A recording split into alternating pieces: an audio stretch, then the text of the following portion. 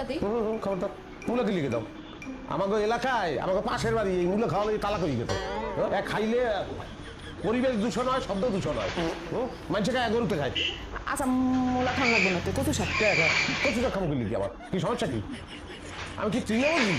আচ্ছা কচু শাকও খাওয়া লাগবে না, এই যে পালং শাক কেমন কোনো চেঞ্জ নেই।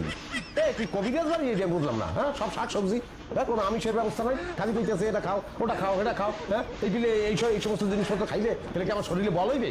এতক্ষণ ফিরে খালি শুনতেছি, কিছু কইতেছি না। ভাব খানা নবাব আইছে, বাংলার নবাব। তুই এতই যদি নবাবি নিজে বাজার করে আনলেই তো পারবো। তো নবাবে কোনোদিন বাজারে গেছে, সিরাজদুল্লাহ বাজারে গেছে, না টিপু সুলতান মাছ বাজারে গেছে? কন আমলে একটা তুলনা দেবে। কাশেম কোথায় আর কোথায় নবাব সিরাজউদ্দৌলা? হয় কাশেমরে কাশেমই গেবেন, নবাব সিরাজউদ্দৌলা কইতে দরকার। নিজের কথা নিজেই তো পেছে পড়বে। হেড বড় আমি তো একটা জামাই, কি ব্যবস্থাটা কি বললাম না?